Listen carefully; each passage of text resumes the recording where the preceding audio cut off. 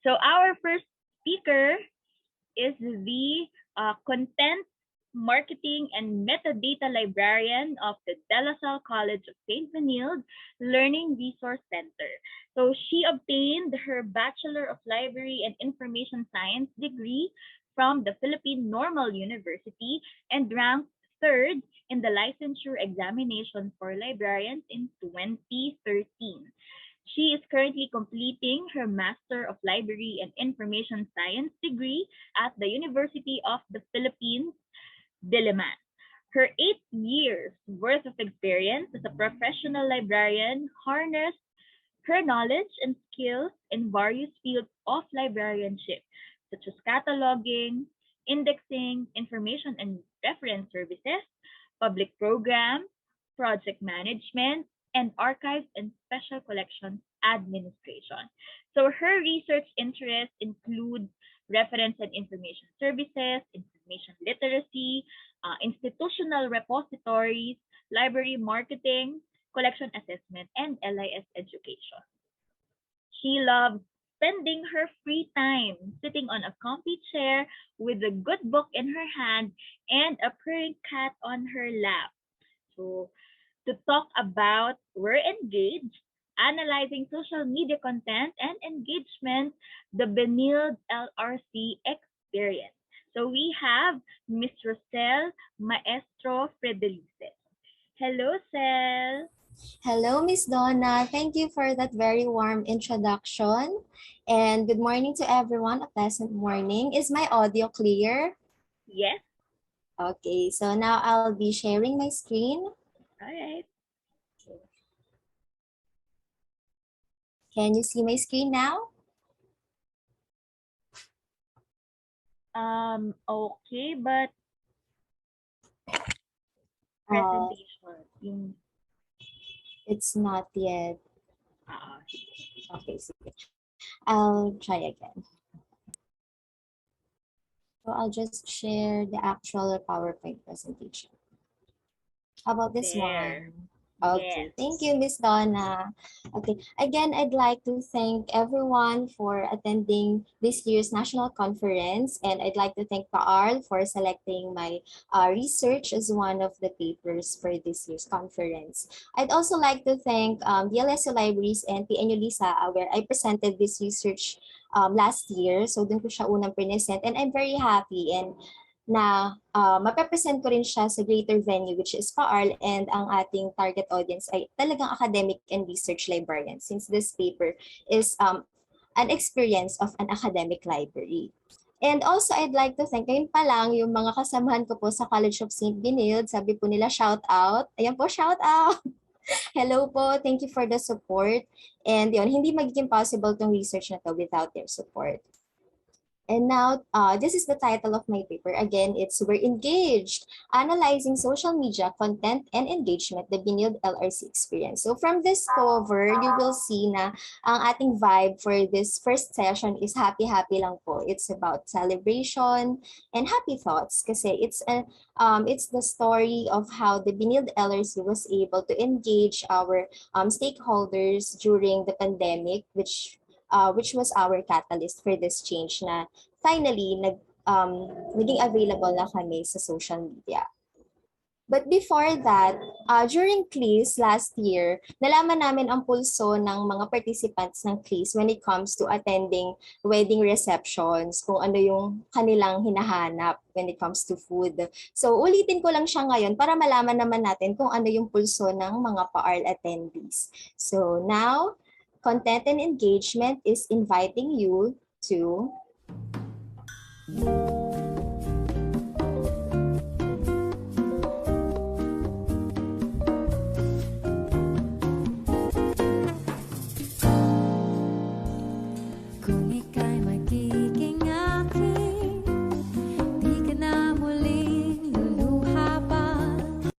Ayun. So, si City Navarro po yun. And, di ba, siya yung usual na naririnig natin sa mga wedding receptions. And, ito rin yung mga usual na handa. Kung kayo po ay nasa isang wedding reception, saan kayo mas maa-attract? Or parang, kung makikita nyo itong mga food na to sa buffet table, ano yung mas una nyong kukunin? Is it Shanghai, chicken cordon bleu, or smoked salmon. So type nyo lang po 1, 2, or 3 sa chat. Tingnan natin ang pulso ng mga PAARL attendees. Okay, it's a mix ah. Sige, tingnan pa natin. Marami ako nakikitang 3. May 11? Baka sobrang love niya yung Shanghai, kaya dalawang 1. Ayan. So, parang it's a tie between Shanghai and salmon. Kasi dun sa quiz, it's a tie between Shanghai and chicken cordon bleu. So, I therefore conclude, Shanghai pa rin po ang winner. Ayun. So, bakit ko ba to pinapakita? So, gusto ko lang kasi mapakita na yung term na engaged or engagement. Marami kasi siyang meaning. It can be about being engaged to someone in a romantic relationship or getting the engagement of a certain audience, like in a presentation like this or when we are offering services for the library. And when we are talking about engagement, kailangan alam natin kung ano yung mga bagay, ano yung mga needs ng mga stakeholders natin para malaman natin kung ano yung makakapag-engage sa kanila. So dito sa isang wedding reception, yon nalaman natin na ang mga parl attendees, ito yung mga preferred nila na mga handa. And ngayon naman sa study na aking ipepresent, papakita ko kung ano naman yung mga content sa social media na nagustuhan ng aming mga audience. So thank you po for participating. Okay, so going back to the title, again, it's about content and engagement. But first, let me present the outline of this presentation. First, I'll be discussing the statement of the problem. So we have a general research statement and 5 research questions. Then the framework that I used for the study, the research methods employed, and ito na nga yung exciting part, yung key findings and discussion, and lastly, the conclusion and recommendations. But first, let me introduce you to our library, the Brother Fidelis Levy Learning Resource Center, or the LRC, but recently we rebranded to CLR, Center for Learning Resources. But for the purpose of this presentation, we'll be using LRC kasi nung time na nasulat ng paper na to, LRC pa kami noon. So LRC is a multimedia library that supports the unique educational philosophy of the college by providing relevant learning resources and services for the curricular, instructional, informational, and recreational needs of the students, faculty, and college personnel. So this statement was lifted from our manual. Ito ang aming objective. So like an academic library, yung typical, we support yung mga information needs ng aming clients. And also, during the pandemic, we came up with this statement that we aim to be the gateway to make Benildian learners extraordinary by providing rich, relevant, and timely information resources and services to the Benildian community. So, nagkaroon kami ng tagline na your gateway to extraordinary. Because the unique educational philosophy of our patron saint, Saint Benilde, is to do ordinary things extraordinarily well. So yun yung gusto naming mangyari for our learners, maging extraordinary sila through our resources and services na pinoprovide sa kanila. And also for the De La Salle College of St. Benilde, sa aming Manila campus, meron kaming 3 campuses. So this is the Angelo King International Center campus along Estrada Street. This one is the main campus sa Taft, and this is the School of Design and Arts sa Pablo Ocampo. So tatlo po yung campuses namin sa Manila, pero medyo layo-layo sila. But lahat nasa Malate naman. And of these 3 campuses, merong 4 na satellite libraries or branches. Sa main, merong kaming LRC Taft Campus Main and LRC Taft Campus Extension. And then we have one sa SDA and another sa AFI Campus. So nung before the pandemic, yan, physical, so yan yung mga pinupuntahan ng students. But during the pandemic, nag-shift na lahat virtually. So the college came up with the virtual Benilde, a safer space for learning. So dito na yung venue for instruction ng aming students and faculty. And nagkaroon kami ng interim term which is called BOLT, or the Benilde Online Learning Term. We're in full online course delivery yung aming pinoprovide. So to keep up with this change, this catalyst, ito yung naging mantra namin sa LRC. You need to be where your users are. So we wanted to let our stakeholders know our value na kahit close yung campuses, susundan namin kayo kung nasan kayo. And with the age ng aming mga students, nasan ba sila? Nasa social media sila most of the time, lalo na ngayong pandemic. So sinundan namin sila doon, and that's why we came up with the LRC Go Social Project, which is the topic of this presentation and this research. So this study aimed to investigate the adoption of social media by the LRC as a means to intensify library marketing efforts and augment virtual reference services delivery. The following research questions guided this study. First, how did the LRC plan and implement its LRC Go Social project? What types of content are being published on LRC's Facebook page? Who are LRC's audience on Facebook? When are they online? What types of content generate the most engagement? And lastly, how can LRC improve its social media management practices? So medyo malawak yung coverage ng study na to kasi it's from the planning phase to the implementation phase, and then the same time, in-evaluate na rin namin yung data na meron kami para ma-improve pa namin ang aming social media management practices. And then this is the framework that we used, the Strategic Management Principles for Sustainable Social Media Marketing Framework by Hijirica et al.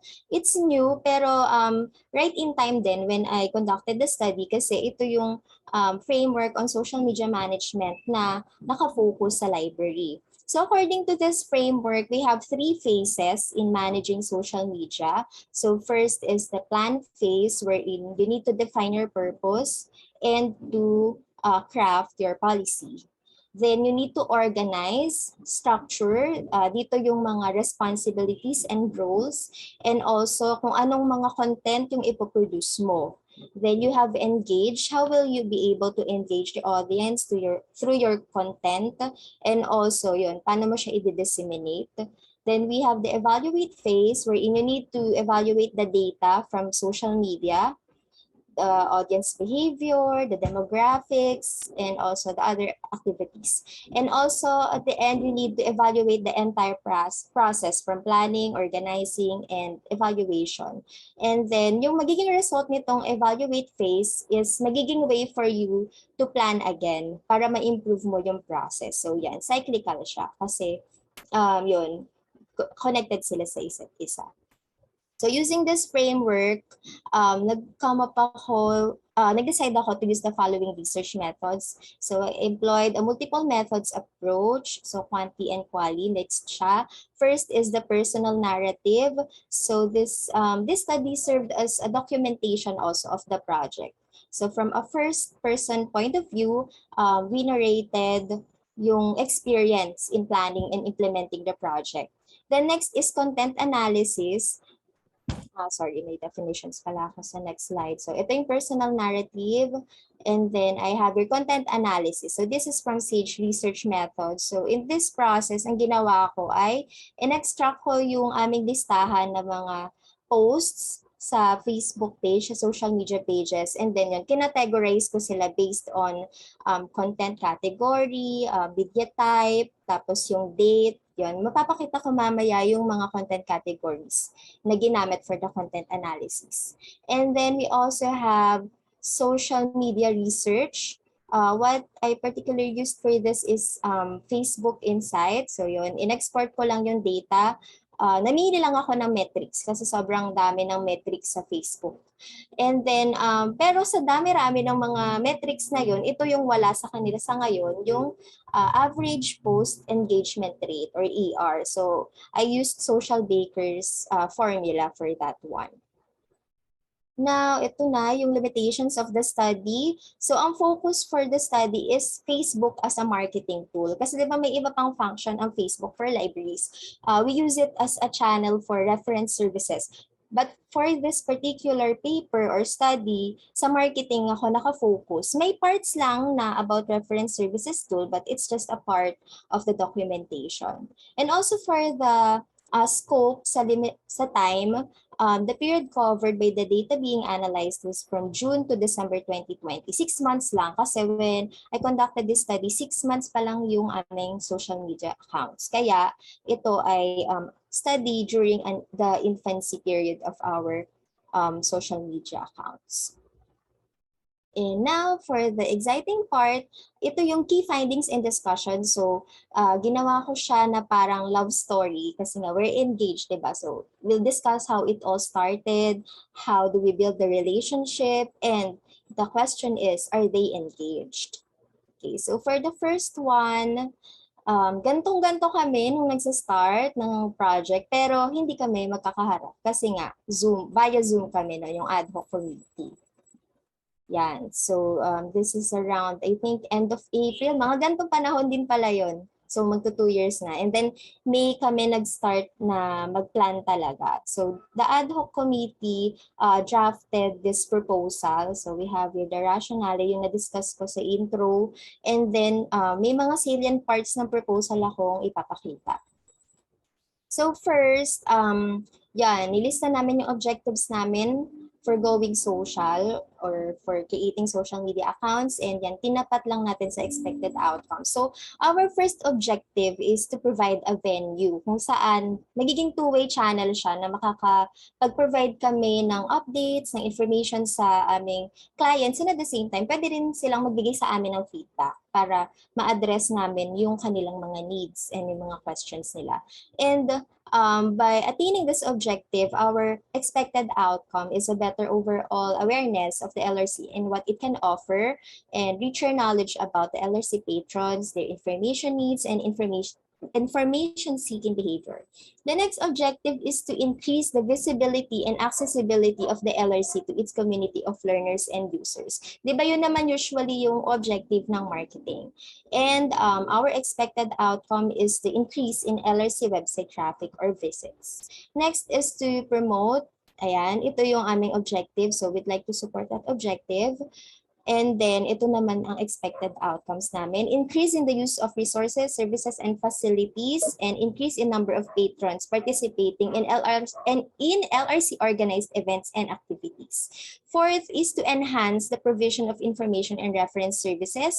So, we'd like to have an increase in reference queries and feedbacks received. And lastly, to connect and engage with our diverse stakeholders. So, more personalized interactions with the stakeholders, yung outcome na ina-expect namin from this.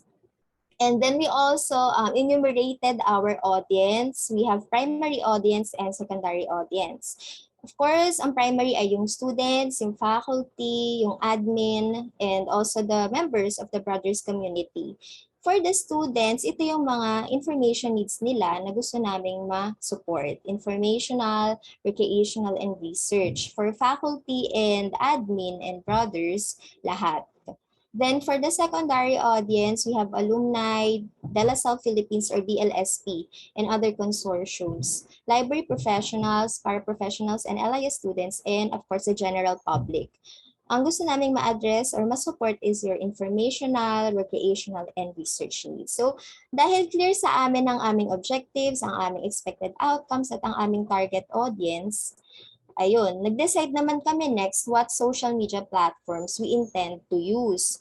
At first, ang gusto lang talaga namin Facebook kasi siya yung widely used lalo dito sa Philippines. But with the help of our friend of the library or friends of the library, yung isa pang unit sa BINILD, yung Center for Inclusive Education, kasi matagal na silang may social media account. So, they suggested na pwede rin kaming gumawa ng iba pang accounts like sa Twitter, sa Instagram, also kung gusto rin namin dumator ng blog, sa LinkedIn. Ayun, may mga present sila na social media platforms na pwede namin gamitin. Pero due to manpower, kasi during that time, 4 pa lang kami sa team, yun, kaya Facebook lang naisipan namin. But later on, we decided kaya rin naman pala namin mag-manage ng Twitter.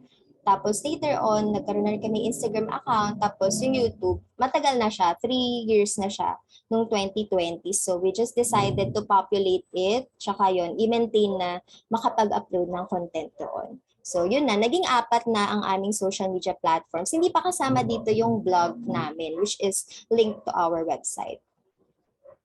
Okay. And then, ito yung mga intended uses. For all those social media platforms, lahat sila ay gagamitin as a marketing tool para ma-promote yung LRC, makapag-disseminate kami ng announcements, makapagturo ng information literacy, and engage the audience, and also as a reference services tool. Yan. So, during LRC service hours, queries and feedback received shall be monitored. And since we have two intended uses here, nag-expand ang aming group. So from the admins group or the marketing arm, tinap na rin po namin ang aming mga ang mga reader services librarians namin as moderators. So unahin natin yung marketing arm. So ito yung composition namin. And then, ito yung responsibilities namin. So, we plan the content, create the content, sama dito yung graphic design, schedule the postings, manage page roles and responsibilities, monitor social media analytics, and prepare reports. So, later on, nag-expand pa tong responsibilities na to. And then, we have the moderators group. Sila naman po yung mag-monitor sa aming sa mga reference queries. Sila yung sasagot doon. Yun, magmo-monitor din ng comments, mentions yung mga publicly shared na mga comments. And then moderate also the inappropriate comments that violate relevant college policies. They will prepare reports on queries received. And lastly, they will suggest content for posting. So yan po yung aming entire social media management team. Okay. And then also we prepared a Gantt chart. Yan, dahil nag-start kami ng May 26 pala. And then, yan, making the case. So, dito kami nag-usap-usap. Tapos, yan, ito na yung mga specific na ginawa namin until the big day, the launching. And also, during the implementation phase, di ba, July 1 ang aming target na brand launch. But almost a month before that, nag-create na kami ng page. Ito yung napili naming name, Binild LRC, Brother Fidelis Lady Learning Resource Center. Kasi kahit ganito siya kahaba, nag-makeup naman yung kanyang username, which is Binild LRC. Kaya ganito kahaba kasi kilala kami as LRC sa college. And also to differentiate us from other LRCs in Facebook, dinagdag namin yung Binild. Tapos ang aming official name, Brother Fidelis Lady Learning Resource Center. Tapos, dun sa 1 month na yon, we spent it setting up and personalizing the page. We also created and uploaded our first 3 posts para makagather kami ng at least 100 page fans. Kasi 'di ba usually when you create a page, nag-invite ka ng friends to like the page or students, faculty, ganyan.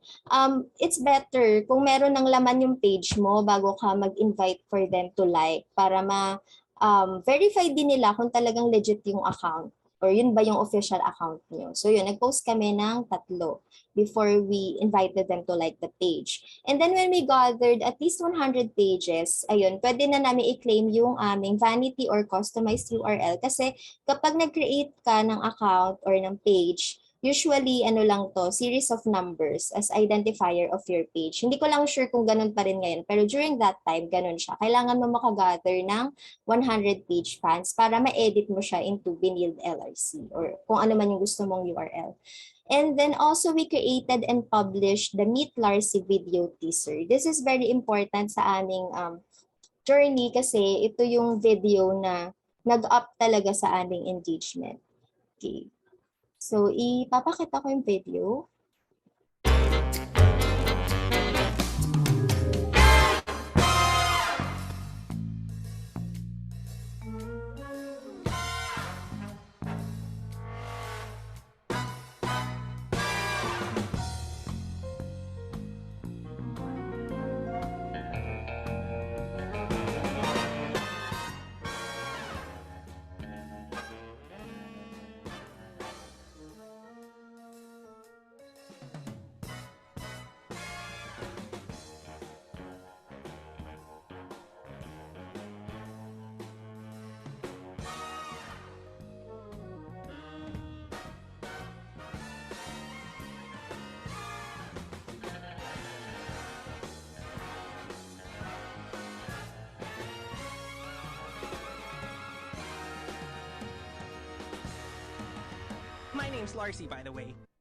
Ayun. So, yun po yung video na aming disseminate via email and also sa social media. So, yung Larcy lang talaga siya before.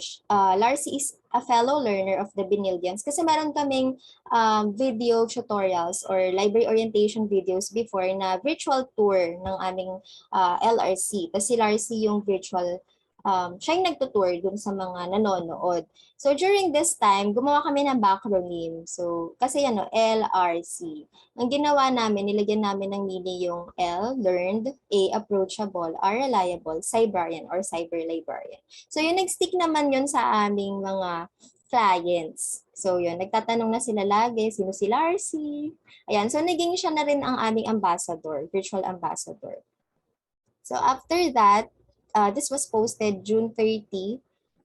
Ang sunod na nangyari ay yung big day na, yung launching na ng aming social media accounts and also other services. So during the big day, we have four Larcy surprises. First, we launched our website. We also launched our chat facility. We launched our subject guides website or page, and lastly, yung aming social media pages. So it was a very big day kasi nga ang dami naming in-offer na natuwa naman ang aming mga students and faculty. And after that big day, di siya doon nag-stop kasi nagkaroon kami ng marami pang milestones after July 1. So ito yung aming social media accounts audience growth sa aming first 6 months. Makikita nyo dito na halos lahat ay nagdoble or nagtriple. Ang pinakamarami is sa Twitter. Ayan. And also, aside from this milestone, naging intensive din yung aming marketing ng aming virtual learning sessions. So yan, nag-release kami ng calendar of events and also, promote, ito yung mga LRC-initiated events. And meron din na kasi kaming service wherein the faculty may request for a learning session with us, with LRC. So yun, na-promote din namin itong mga new services na ito. Also, we were able to make history dahil nagkaroon na kami ng National Book Week celebration noong 2020 wherein we utilized the social media accounts. So this one is na-conduct namin siya via YouTube. So yan, nag-upload kami ng mga video entries. Tapos sa Facebook, ito naman siya. Sa Twitter, we had a trivia quiz, and then sa Instagram naman, mga photos, mga memories sa LRC. Ayan. So generally, naging maganda naman yung acceptance ng mga events and activities kasi aside from this, meron din kami mga webinars and other learning activities. Aside from that, meron din nagkaroon kami ng regular segments. So, promote namin yung services tsaka yung resources. First is Larcy Guides. So every month may pinipicture kami na guide or kung tawagin natin dati Pathfinder sa bibliography. So yan, meron na kaming ganito. Tapos we also have a series, Larcy's Pro Tips. Ito naman mga video tutorials on how to access our resources or how to avail our services. We also have Larcy Spotlight. Every month din, may ini-spotlight kami na database or resource na pwede nilang magamit. And then we have this new database subscription alert tuwing meron kami bagong acquisition. Yan, pinapakita namin yung mga features ng new database. So yun yung mga milestones namin for our first 6 months. So paano ba namin binibuild yung relationship na ngayon meron na kaming social media accounts? What's next? So yun, dito papasok yung content creation and marketing. This is our secret. We use the social media calendar. So ito, ginawa ko lang siya sa Google Sheets. Ayan, so meron niyang mga formula para mag-a-adjust yung calendar every month.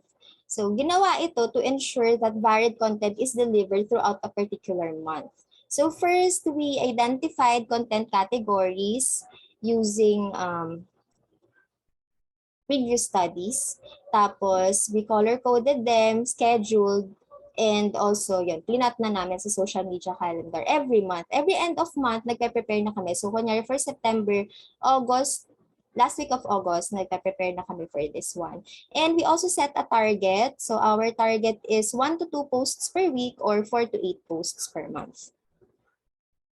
At kung mapapansin niyo for September, ayan, halos puno rin kami and sobrang colorful niya. Ito yung mga color codes namin.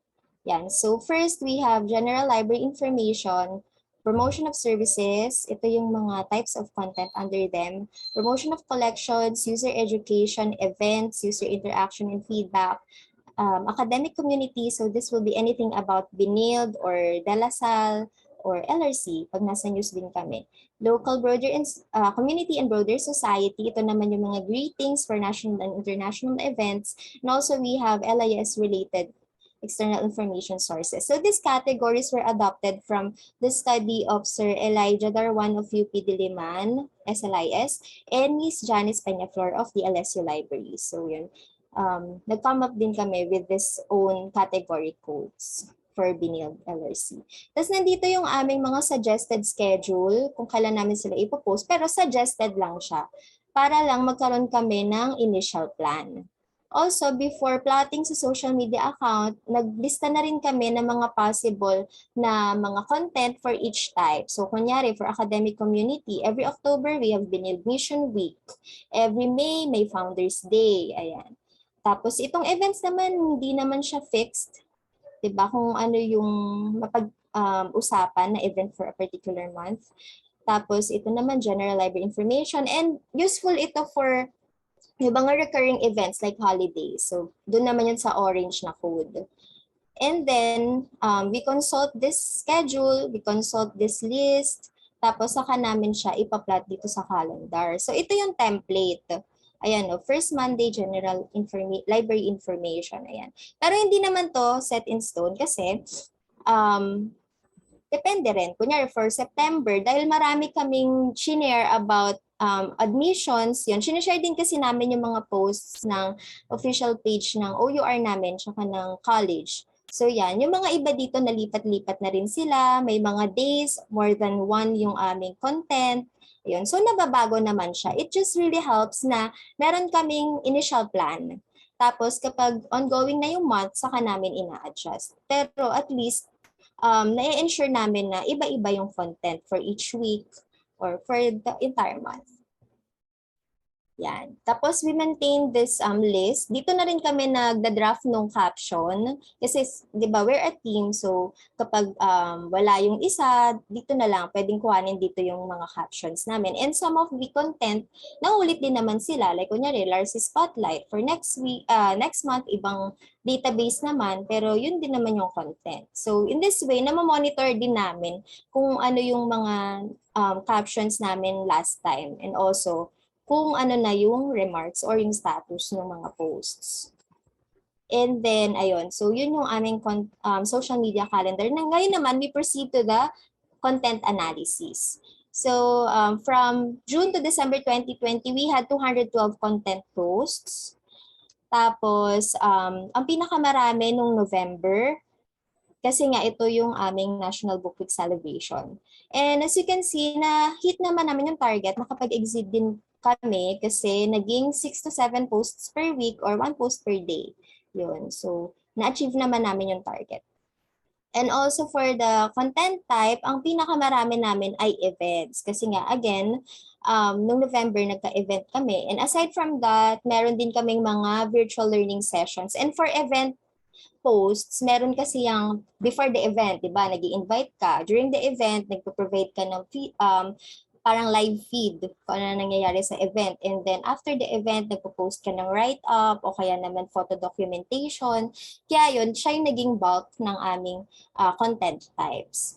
Tapos, we have academic community sa second place kasi nga tinutulungan din namin yung OUR sa pag-promote ng senior high school, and other announcements from the college. And then we also promote the collections. Yan, kaya marami rin siya kasi nga may mga regular segments na kami on collections. Next is the posts by media type. Ang pinakamarami namin ay photos. Ang pinakakonte ay statuses. Iniiwasan namin yung status na posts kasi text lang siya. Hindi siya masyado napapansin at natatabunan siya. Kaya yun, mas madali rin kasi i-produce ang photo. Aside from graphic na siya, ayun, madali rin siya i-produce compared to videos. Okay. Now that we know yung mga yung content namin, ano yung month na marami kaming na-post, anong types yung mga napopost namin, and anong media type, we now proceed to the question na engaged ba yung users. So first, we studied our audience. So this is the audience metrics noong August 2020. So our fans, majority of them were women. Ito yung age bracket nila, 25 to 34 years old, and nasa Manila sila.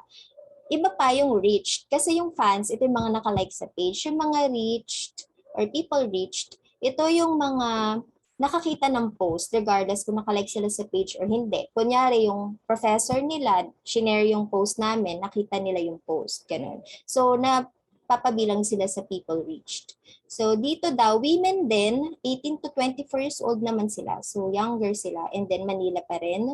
Yung engaged naman, ito yung mga na-reach and at the same time, nag-react, nag-like, nag-comment, nag-share, nag-click ng post, nag-view ng photo. So most of them are women and ito naman ang kanilang age bracket, yung 35 to 44 years old. And also lahat sila nasa Manila, yung majority. Then after 6 months, noong January 2021, nag-extract ulit kami ng data. So ang fans namin, ganun pa rin. And yung reach, ganun pa rin. Yung engage, during that time, it's not available kasi parang may conflict with time zones. Parang yung Europe lang yung available nung nag-extract kami. So, compare natin, in August, ito siya, January, 'di ba? Same lang. Ito mystery kung ano na yung engaged namin during January 2021. Pero ang napansin namin dito, nagkaroon naman ng improvement sa distribution ng percentages. Dumami-dami yung men and also yung age. Pero ang na-glean namin from this finding is that kailangan pa namin i-adjust or itodo yung efforts para yung mga nare-reach namin sa bracket na to ay maging fans or ma-engage sila. Kasi sila yung aming main or primary stakeholders, yung students. Ito yung kanilang age bracket. Okay, next is the online activity. In August, nalaman namin na ang peak hours ay 6 p.m. to 6 a.m.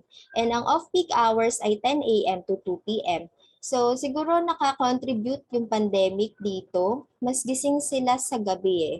Mas online yung mga audience namin ng gantong oras. Noong January, ganun pa rin. Wala pang changes. Kaya nakapag-decide kami dito na i-maintain namin yung oras ng pagpo-post sa gabi. Kasi trinay din namin early morning, afternoon, lunch, yun. Ang pinakamarami talaga kaming nare-reach at may engagement is between 6 p.m. to 9 p.m. So we maintain that schedule sa pagpo-post. And then for the engagement naman based on content. The months that receive the most reach and engagement are September and November. Yung September, ito kasi yung start ng another school year. Kaya mas marami kaming na-reach at na-engage. And yung November naman may events. Okay. For content types naman, you can see here, we have here a bar graph and a line graph. Mapapansin nyo, hindi siya directly proportional kasi hindi porket marami yung post mo like this, events, yung kanyang engagement rate, hindi siya yung pinakamataas. So mapapansin mo dito, 13 lang yung about promotion of services, pero siya yung pinakamarami yung engagement. And yung pinakakonting engagement is yung local community and broader society, which is hindi siya same dun sa finding ng isang study abroad wherein si Bruce et al. Yung author nun. Sinabi nila na engaging yung mga content na nagtatouch sa human emotions like yung mga national celebrations or basta yung mga nasi-share in common na mga events. So for this study, iba ang aming naging findings. And I think yung result doon, it has something to do with the media type. Kasi napansin namin dito na mas engaging ang video compared sa photos. Yun. Kahit yung photos na marami namin, yung video, ang layo ng agwat niya. So from these findings, yun, nag-come up kami with another strategy. But first, let me present here the most popular posts based on total reach. Ang pinaka maraming na-reach ay yung Meet Larcy video. Tapos, itong number 2, yung top 2, it's an entry doon sa aming video contest. Pati top 3, it's an entry to the video contest. Tapos, top 4 is our welcome video. And then top 5 is a photo about our website. And then yung pinakamarami namang na-engage, most reacted video is, again, the Meet Larcy video. Most commented is our first ever live video during the closing ceremonies of our National Book Week celebration. So karamihan sa comments, mga thank yous, congratulations. And then lastly, yung most shared naman is one of the contestants. Ito yun, yung maraming nag-share. Kasi one of the, medyo hindi organic yung yung metric nito kasi one of the criteria for winning the competition is yung shares. Yan. Kaya marami nag-share. And then, to summarize the findings of my study, careful planning led to the successful implementation of the LRC Go Social project. The LRCs produced and published various types of content. Majority of the posts were event-related and in photo format. However, posts with higher engagement rates are related to the promotion of services and they are in video format. And lastly, majority of the fans were women aged 25 to 34 years old and located in Manila. And they are online between 6 p.m. and 6 a.m. Now, we proceed to the conclusion and recommendations. So, I have here a statement na yun nga, naging successful naman yung implementation ng project even though it's our first time to venture into this kind of marketing. However, it does not end there, yung sa paglo-launch and pag-achieve ng important milestones. It is an ever-developing story of how the LRC is strengthening its relationship with its audience through content creation and marketing. And also, we will be utilizing yung Facebook page insights and other social media analytics para makapag-draw ng actionable insights about our audience, their behavior, and also the content types that make them engaged. And lastly, I present here the recommendations based on the framework of Higerica. So for phase 1 plan, yung iba naman na-meet namin, but we need to draft a social media policy. So dun sa proposal, may mga salient parts na rin doon na pwede isama doon sa policy, but we can add the following. It's from ALA, yung ibang parts dito.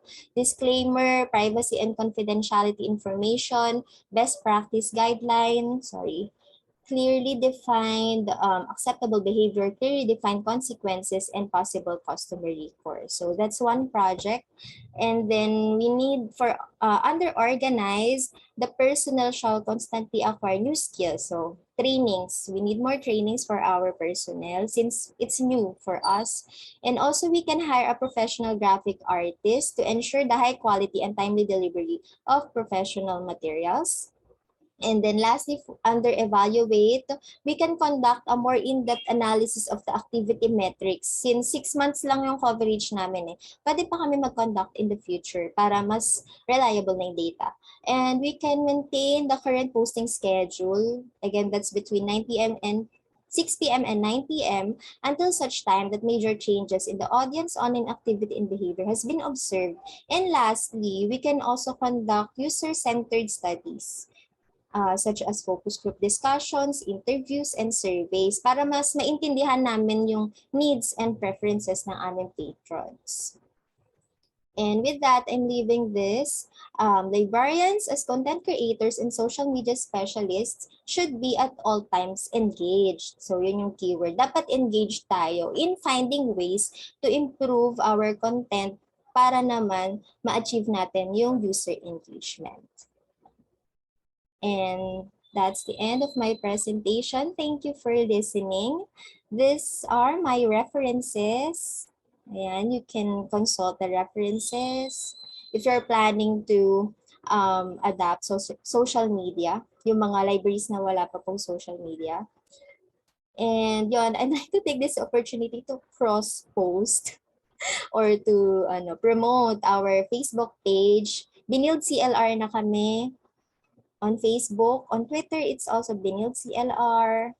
on Instagram, being CLR, and please subscribe to our YouTube channel. Click the subscribe button and hit the notification bell to be updated.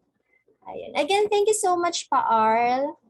And thank you to all the participants for listening.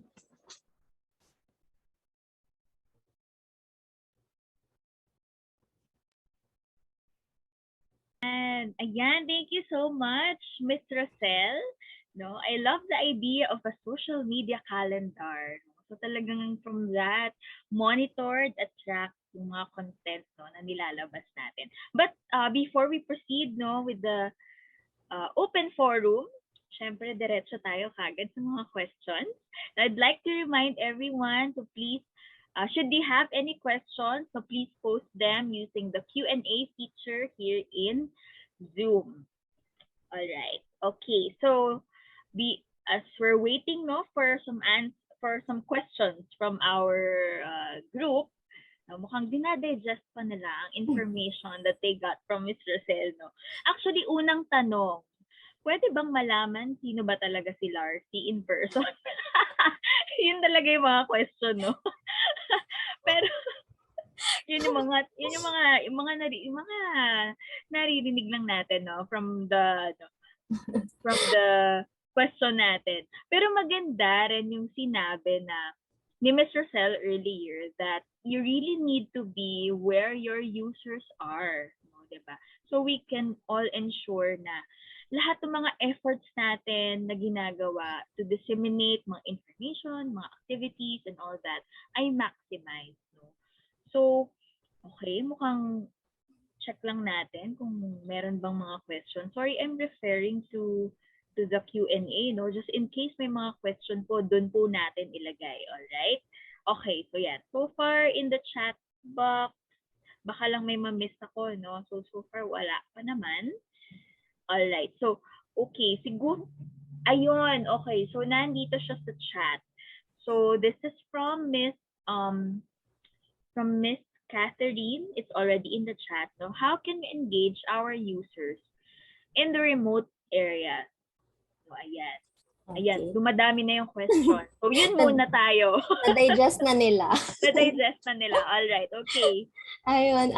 For this question, I think dahil nga for social media, you need to have an internet connection. So I think hindi siya magiging applicable kung walang internet connection. So I suggest we go back po dun sa basics wherein I think it's not environment friendly na ngayon. Pero kasi kung remote areas, I think mag-work pa rin yung mga printed na mga marketing materials. And also, effective po talaga ang word of mouth. So, kakaibiganin yung mga faculty. Sila kasi talaga yung magiging best friend ng library. Sila ang mga positive na marites. Kasi sila po yung magsasabi ng word out about the library. So for remote areas, I think, ayun po, hindi pa applicable yung social media marketing. Kasi nga, again, we need technology, we need internet para ma-maximize po natin yung potential ng social media. Ayun po. All right. So yun yung natin no, with that particular aspect when it comes to reaching out for sa mga remote areas natin. Now ngayon we have another question no. Siguro pag-isahin ko na rin ito because in our Q&A it says here that the question is from an anonymous attendee and ang sabi nila, how many were you in managing your social media account? Saka kasi parang ang sinasabi dito, meron ba kayong ginagamit din na social media management platform, no? So when it comes to managing your social media account. So yun yung question. Okay, to answer the first question, yung talaga nagmamanage ng account, we are 3. Kasi isa, mainly Facebook, tapos meron ding naka-assign for Twitter and then Instagram. Yung YouTube kasi ano siya, occasional lang naman yun, hindi lagi nakapag-produce. So, ako na rin yung nag-handle for YouTube. So, yun po, 3 kami na talagang nag-handle. Pero at the same time, yung buong team, lahat kami nagpo-provide ng inputs kung ano yung mga pwede namin i-produce. But for social media management, 3 kami. And then, ano nga po yung next question? Sorry. Ako may social media management platform. Yes. Oo. Okay, for that one, we were considering yung Hootsuite. Kaya lang kasi subscription-based siya eh. Kasi yun din yung na-recommend nung friend namin from the other center. Kasi gumagamit ata sila noon. So, nasa ano pa lang, sa pipeline later on, aside from social media ads, we'd also like to explore kung magkaroon na rin ng budget for that. Kung paano naman kung meron kaming social media management platform. Kasi as sa ngayon, wala po. Pero ang maganda kasi for Facebook and Instagram, meron ng business suite. I guess yun na yung pangalan niya ngayon. Iba kasi yung pangalan. Pero yun, pwedeng mag-post ka sabay sa Instagram and sa Facebook using that tool. For Twitter, ang nakakatulong naman po with the social media management um, accounts or platforms, meron silang schedule posts. So, pwedeng kahit gabi ka mag-post kasi like sa amin, gabi yung nag-work or yung marami engagements, pwedeng before ka mag-out ng 5 p.m., schedule mo na yung post mo. And nag-aano rin po, nag-improve din naman yung kanilang platform. Kasi dati marami limitations. But now, may mga nadadagdag kami ng mga activities na pwedeng gawin kahit scheduled yung post. Ayun. So to answer po yun, Alright. ang ginagamit lang talaga namin yung social media calendar and isa-isa yung pag-manage per platform. Ayun. Okay. So, you mentioned about, teka, napansin ko yun kasi you mentioned about the social media calendar, no? I Mm. think one of our participant is really interested on how you are making one, no? Yung social Mm. media calendar. So, ano ba siya? Saan siyang platform? Ano yung some kahit mga quick steps lang siguro. Okay. Because, yun yung ano niya, interest niya. Yun yung na-capture yung kanyang interest on the social media calendar. Okay. For the social media calendar, anyone can make it po. Kasi ito, when I came up with this, naghanap-hanap lang din ako ng mga pwedeng gawin para mga ma-manage mo yung content. So sa Google Sheets lang, para naghanap lang ako ng template na may calendar. Tapos saka ko siya in-edit-edit. Mag-share screen po ako, pwede ba? Okay lang. Alright, sure. Sige, Ay, okay naka-share. Okay. that's Pwede fine. kong i-share yung mismong, sige, desktop na. Yung mismong Google Sheet file. Ay, tanong ko muna kay Sir Mike. Hindi, nakita ko lang din yun. Hindi, nakita ko lang din po yun online. Sige, wait lang ah. Madali lang po siya kasi Google Sheet lang naman siya. Tapos i-adjust mo na lang yung date. Ang maganda kasi doon since it's a calendar, pag pinalitan mo, kunyari ngayon, April na, papalitan mo lang, gagawin mong 4, mag-a-adjust na Mm, yung calendar niya. Hindi, hanapin ko na lang yung sobrang ano pa, blank. Yun yung i-share ko. ayun. So, Alam ha. very interested sila on that social media calendar. Yan. Tapos, Okay. aside from since habang hinahanap mo siya, yung Mm-mm. approval, is there parang ang approval pa ba when you post uh, content for your library? Who approved the post? Parang ganon sa Oh, library. For the approval, within the library na lang yung approval. So, Mm-mm. unang-una, gagawa ka syempre ng publication material o ng PubMat. Yun ay sinesend ko sa aming group chat. So, tinitingnan Yan. nila. Minsan may iba pa akong designs. So, namimili Mm-mm. sila doon kung ano yung mas maganda. And for the caption, ganun din. Lalo kung may write-up kasi ina-upload din namin to sa blog pati sa email. So, meron kaming Mm-mm. shared file, tapos tinitingnan din nila doon para ma-proofread din. Correct. Ayun. So, yung team din po yung nag-a-approve. Kami rin So din it's sa team. within the team. Yes Ayun. po. Ayan. So, Ayan. loading. Ito. So, ito yung una ko na-discuss. Ito yung list. Yung proposed. So, nung nagsa-start pa lang kami, nilista ko na lahat ng mga pwedeng ilagay. Ayan o, yan yung mga celebrations. Ayan. So, may Correct. mga, yan, August kami nag-start. Yan. Tapos, ito yung template. Pinakita ko rin to kanina, I guess. Using our schedule. Ayan. Every Monday. Pero hindi talaga yan nasusunod. So, ito na yung, when I create a new one for a new month, i-duplicate ko lang yung template. And then, pero dahil maarte ako, maraming kulay. May mga linya-linya. In-edit ko pa. So, simplehan nyo na lang po. Ayan. So, ito-duplicate Alright. ko lang to. Tapos, yan. I-copy na, di ba? Ito, i-click ko lang. Mhm. Ayan, so gagawin ko na tong kunyari for June. Gawin natin. Ayan, makikita mo na kasi yung calendar dito. Pwede mo rin i-type, naglalag lang sa akin ngayon. So, click-click ko na lang. So, kunyari for June, kasi meron na kami for May. Ay, sorry. Ayan, 2022 na. Ayan, so natago niya lang yung ibang dates. Naka-white kasi yan. Para-paraan lang. Ayan. Tapos, natago ko na to ngayon kasi lampas na siya. Ayun lang. Ganyan All lang po right. siya. Tapos, that's the time naman to input yung mga gusto namin. Kunyari for May, ayan, yan na yung, di ba, puno na. Wala pang May. Ayan, so nilalagay namin dyan. Color-coded siya. Again, ito yung notes kung ano yung mga ipapromote namin for May. Ganun lang. So, pwede ko pong i-share yung mismong na-download ko na template for the calendar along with the slide. Ayan. All right, ayan. Ayun. Oh, so ayan po, Miss Rochelle. Miss Rochelle naman, Roselle can share no the slides and the copy of a template na siguro. Ayun, kasi may mga nagtatanong din about that one. Very interested sila. So siguro no in the interest of time, I'm really sorry. 11:15 it's coming. So one question na lang. Siguro one Sige. question no. Meron kasi mga nagtatanong dito that if there are different units no of a library in an institution, parang is it better ba? Parang related din ito dun sa isang question ni Ma'am Joycel na Mm. merong library tapos may school account, no? So, paano yon that there are mga different units, ganyan? What is better? To have a social media page for the whole library or have a separate social media pages for each unit? What do you think?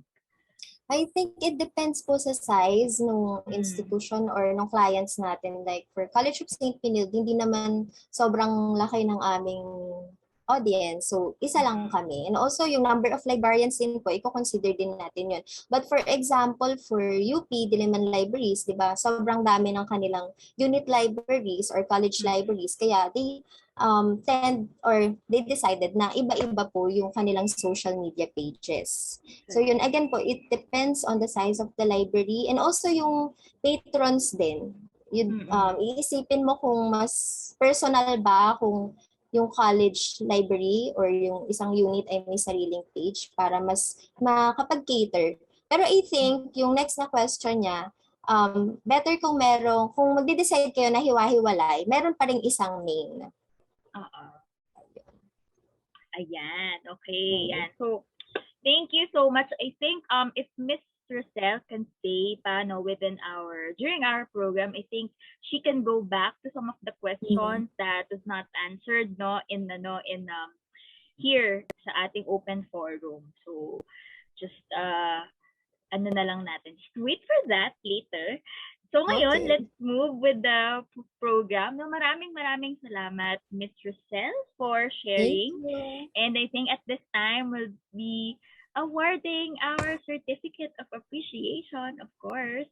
Ayan. So of course, PAARL in partnership with Elsevier, we present this certificate of appreciation to Miss Roselle S. Maestro. Ayan. In grateful recognition and sincere appreciation for sharing your invaluable time, your knowledge, and expertise as a speaker at the 2022 PAARL National Summer Conference with the theme Catalyst for Change, Transforming Library Services, Collections, and Communities in Times of Challenges, held via Zoom April 28, 29, 2022, signed of course by the Vice President, Ma'am Kimberly Ansoria, and the President of PAARL, Ma'am Sharon Samaniego. Ayan. So I think, can we get a photo of this particular session po natin? Check ko lang po with the team. Ayan. So I think we're all ready. Ayan. Yan, with Miss Roselle. I think the team is ready. Ayan. Ma'am Marivic. Ayan. Sige po. Let's get a quick photo.